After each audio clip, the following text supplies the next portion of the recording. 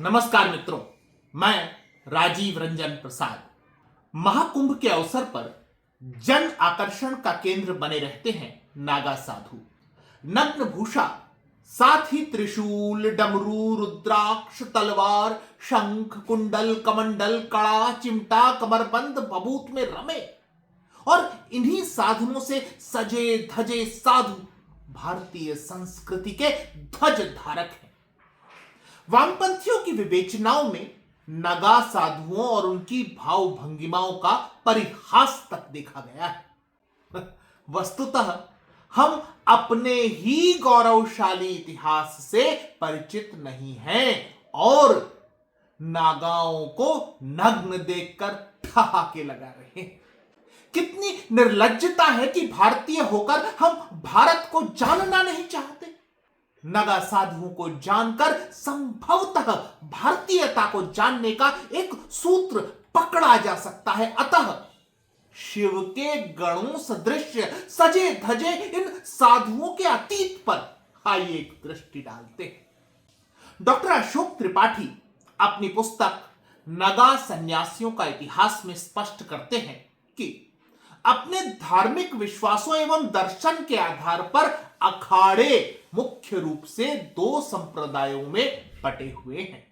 पहला है शैव संप्रदाय के अखाड़े जो 10 नामी अखाड़ों के रूप में विख्यात हैं, तथा दूसरा है वैष्णव संप्रदाय के अखाड़े जो वैरागी अखाड़ों के रूप में प्रसिद्ध हैं। इनके अतिरिक्त नानक शाही संप्रदाय के भी कुछ अखाड़े हैं जो उदासीन अखाड़ा तथा निर्मल अखाड़ा आदि नाम से प्रसिद्ध है। थोड़ी विवेचना हमें अखाड़ा शब्द की भी कर लेनी चाहिए। कुश्ती, मलखंब आदि की क्रीड़ा स्थली अथवा व्यायामशाला के लिए कदाचित अखाड़ा शब्द चलन में है। तब यह विवेच्य हो जाता है कि योद्धा सन्यासियों के समूहों के लिए इस शब्द का प्रचलन कब हुआ, कैसे हुआ। मध्यकाल में मुसलमानों के आक्रमण, बलपूर्वक धर्म परिवर्तन तथा अत्याचार के प्रतिकार के लिए साधु संतों का एक सैनिक वर्ग तैयार हुआ तथा इनके संगठन को अखाड़ा नाम दिया गया। इसके अतिरिक्त एक विचार यह भी है कि अखाड़ा शब्द से मठ का भान होता है। दोनों ही कारक समन्वित रूप से अखाड़ा शब्द को सार्थक बनाते हैं।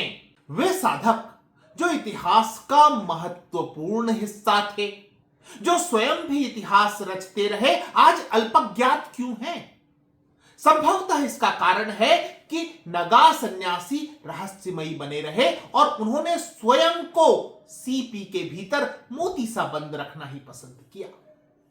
आज भी केवल कुंभ, अर्धकुंभ के अवसर पर हमें उनकी धमक और भव्यता के दर्शन हो पाते हैं। इसके पश्चात नगा साधु कहां रहते हैं, क्या करते हैं, क्या इनकी जीवनचर्या है आदि पर बहुत कम जानकारी सार्वजनिक है।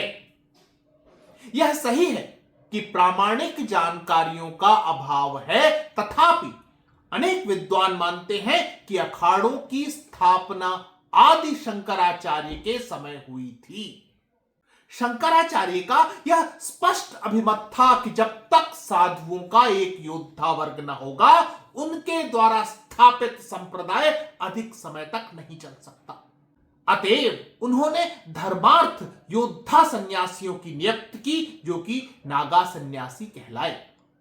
इस विवरण के साथ यह भी जोड़ना समीचीन होगा कि अखाड़ा शब्द तो नवीन है, लेकिन सनातन परंपरा में नगा अथवा नग्न साधुओं की एक विशद परंपरा है। इतिहास को टटोला जाए तो प्राचीनता में नागा साधुओं के साक्ष्य हमें महाभारत काल से भी प्राप्त होते हैं। मध्यकाल अथवा मुगल काल में इन्हें योद्धा सन्यासी के रूप में पहचान मिली। ब्रिटिश उपनिवेश काल में उन्हें अंग्रेजों ने फाइटिंग एसेटिक्स कहा है। साहित्य में भी नगा साधुओं की उपेक्षा नहीं है। यद्यपि किसी ने उनकी सराहना की है तो किसी ने उपहास उड़ाया है। 8वीं सदी में पाल वंश का शासन समय था। पालवंशीय राजा बौद्ध धर्म के संरक्षक थे और उस दौर में बुद्धानुयायी कवि सरहपा ने साधुओं के नग्न रहने और धूनी रमाने की आलोचना की है।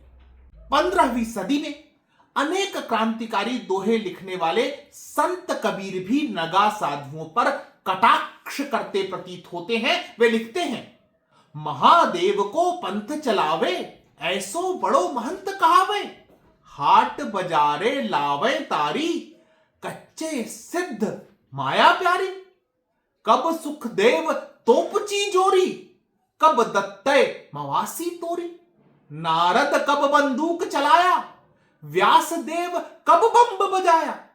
अर्थात हे भाई, ऐसे योगी कभी नहीं देखे जो महादेव के नाम पर पंथ चलाते हैं, महंत कहलाते हैं, हाट बाजार में समाधि लगाते हैं और मौका पाते ही तोप बंदूक लेकर तिल पड़ते हैं। भला दत्तात्रेय ने कभी किले तोड़े थे या चढ़ाई की थी? शुकदेव ने कभी तोप संग्रह किए थे? नारद ने कभी बंदूक दागी थी? यद्यपि यह पद नगाओं की विशुद्ध आलोचना है, तथापि इतिहास की यह झलकी हमें मिल जाती है कि हम उन साधुओं की यहां पर बात कर रहे हैं जो महादेव के अनुचर हैं, साथ ही उन्हें किलों दुर्गों को तोड़ने और तोप तक चलाने का सामर्थ्य हासिल है।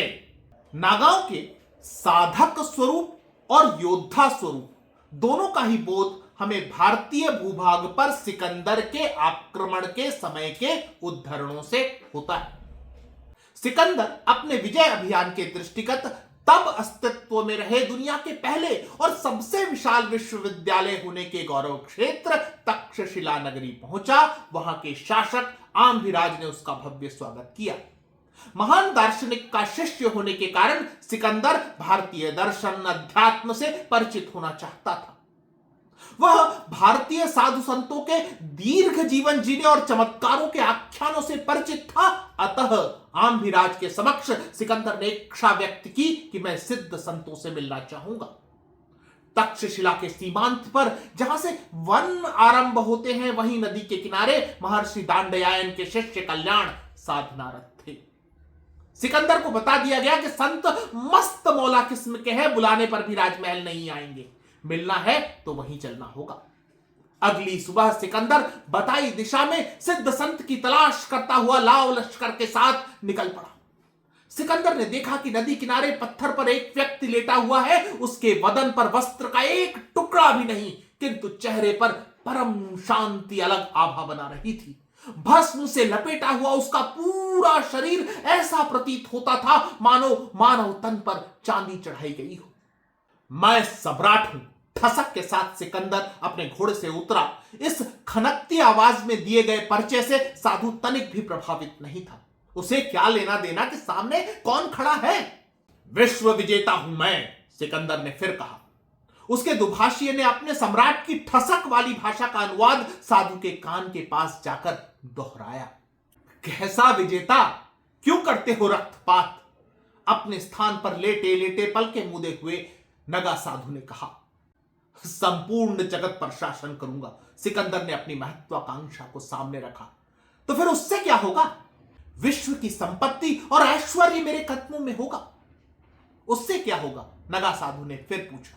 संपूर्ण जीवन सुख शांति से व्यतीत करूंगा। सिकंदर को उत्तर नहीं सूझ रहा था। साधु अट्ठहास कर उठ बैठा। क्या हुआ? मेरे कथन में कैसा हास्य था? अब चौंकने वाली बारी सिकंदर की थी। तुम विश्व विजेता बनकर जो जीवन जीना चाहते हो, वह तो मैं बिना किसी रक्तपात के आज भी जी रहा हूं, साधु ने अब की पूरी गंभीरता के साथ कहा और पुनः पत्थर पर लेट गया। सिकंदर ने महसूस किया कि उस साधु के लेटने में राजसीपन है। चेहरे पर ऐसी शांति मानो कठोर पाषाण नहीं, वह नर्म बिस्तर पर है। क्या सिकंदर जिस मार्ग पर निकला है वह निस्सार है? तुम रंक और मैं राजा, सुना तुमने साधु? सिकंदर भाव विह्वल होकर चीखा। तो बताओ सम्राट, यदि तुम भयानक रेगिस्तान में फंस जाओ, प्यास से कंठ सूख रहा हो, मेरे पास एक प्याला जल है, उसके लिए क्या मूल्य दे पाओगे? रत्न, माणिक्य, सिकंदर को उत्तर नहीं सूझा। यदि मैं इससे संतुष्ट नहीं हुआ तब क्या दोगे? साधु ने परखा। आधी संपत्ति, आधा राज्य। सिकंदर ने परिस्थिति की कल्पना की और अपने मोल भाव को आगे बढ़ाया। यह पर्याप्त नहीं। अब तुम्हारा कंठ सूख गया है सम्राट, रेत में तपन बढ़ गई है, मृत्यु निकट है, परंतु सारा राज्य, सारी संपत्ति। सिकंदर तर्क को समाप्त कर विमर्श के अंत तक पहुंचना चाह रहे थे। स्वयं परख लो सम्राट, तुम्हारे विश्व विजय का मूल्य क्या हुआ? एक प्याला जल। सुनो सिकंदर, तुम आयु वृद्धि की जिस बूटी की तलाश कर रहे हो वह यही है। जीवन की निस्सारता को समझो, खूब जियो, आनंद लो। तुम्हारी आयु अधिक नहीं है, अपनी मिट्टी में लौटो, उसके सुवास के सुख में डूब जाओ। अब जाओ तुम, यह धूप मुझे ओढ़ कर सो जाने दो। नागा साधु ने तिरस्कार के साथ कहा और फिर अपने आनंद में समा गया। यह तो नागा साधु का एक पक्ष हुआ। अपने भारत अभियान के समय सिकंदर ने एक नगर पर आक्रमण किया जहां योद्धा सन्यासियों ने शरण ली थी। उल्लेख है कि सिकंदर की सेना का इन सन्यासियों से भीषण संघर्ष हुआ और 5000 से अधिक प्राणों की आहुति हुई। नागा सन्यासियों को यूनानी लोग जिम्नोसोफिस्ट कहते थे।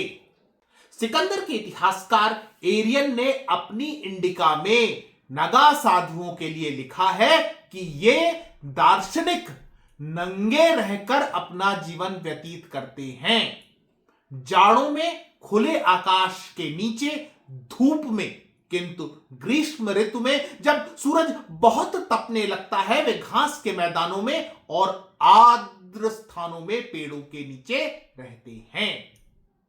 इसी क्रम में मेगास्थनीज ने नागा साधुओं का वर्णन करते हुए लिखा है कि भारत में एक दार्शनिक संप्रदाय है जो स्वतंत्र जीवन व्यतीत करता है। वह मांस के पके भोजन से परहेज करता है और केवल फलाहार करता है।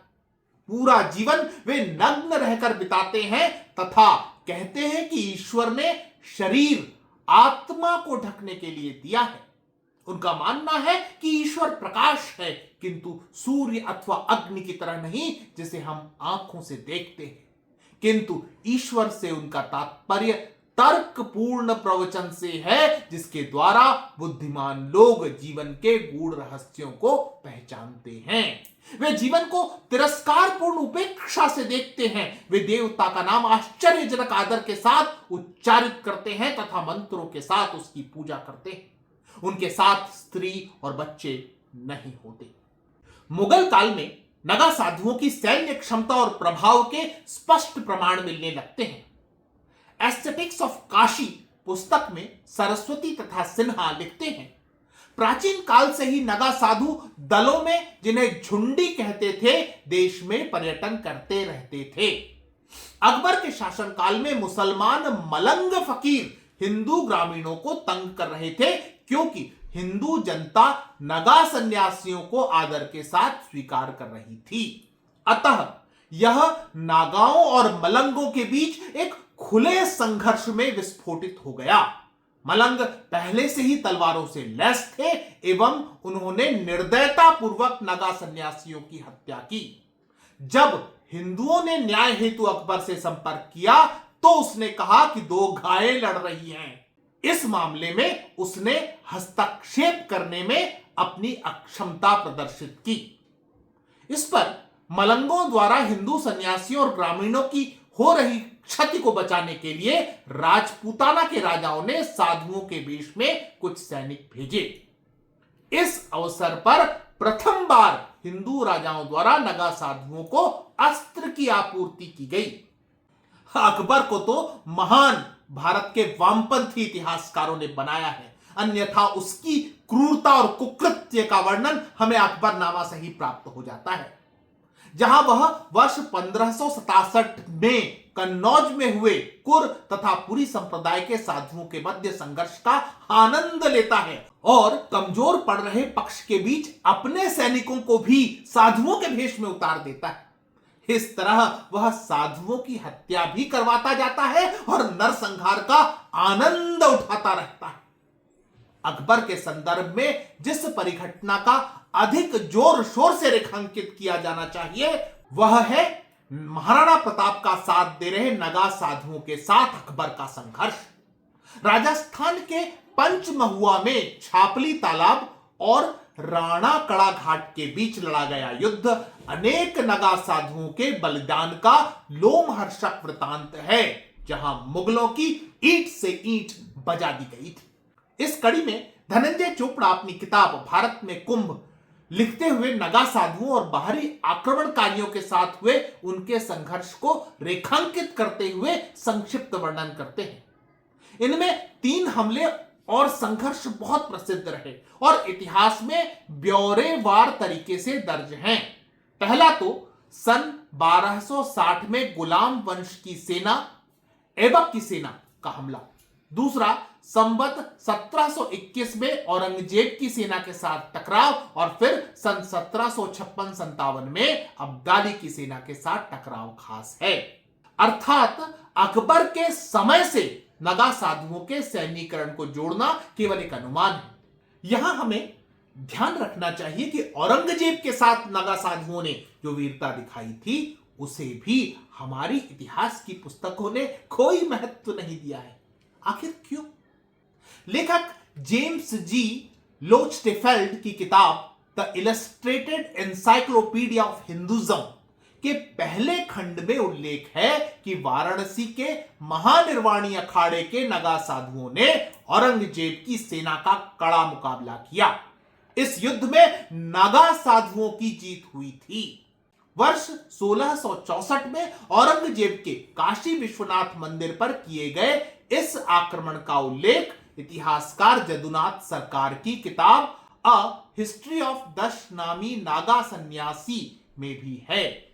जदुनाथ सरकार ने लिखा है कि नगा साधुओं ने धर्म और मंदिर की रक्षा के लिए भीषण युद्ध किया था। यह लड़ाई सूर्योदय से सूर्यास्त तक चलती रही। अंत में 10 नामी नगा साधुओं ने खुद को नायक साबित किया। औरंगजेब का अहंकार आखिर कहां हारने वाला था?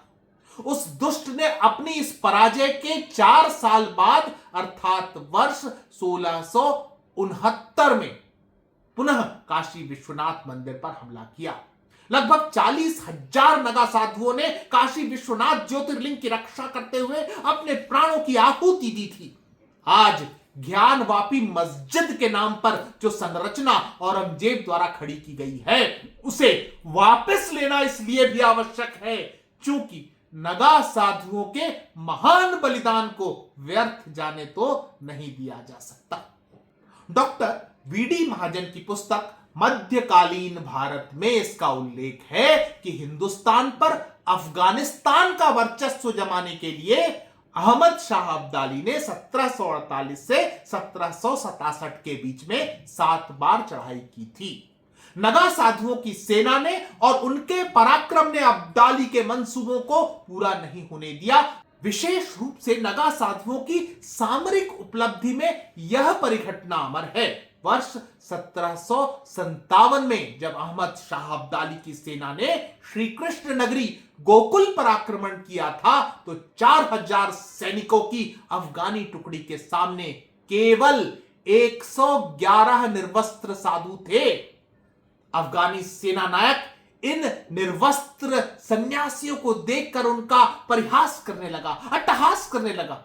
अफगान सेना को भोजन काल से पहले तक इन मुट्ठी भर नंगे साधुओं की हत्या करने का आदेश था। भगवान शिव के गणों से लड़ना दुस्साहस सिद्ध हुआ और अब्दाली की सेना को पीठ दिखाकर भागने के लिए केवल 111 साधुओं ने बाध्य कर दिया था।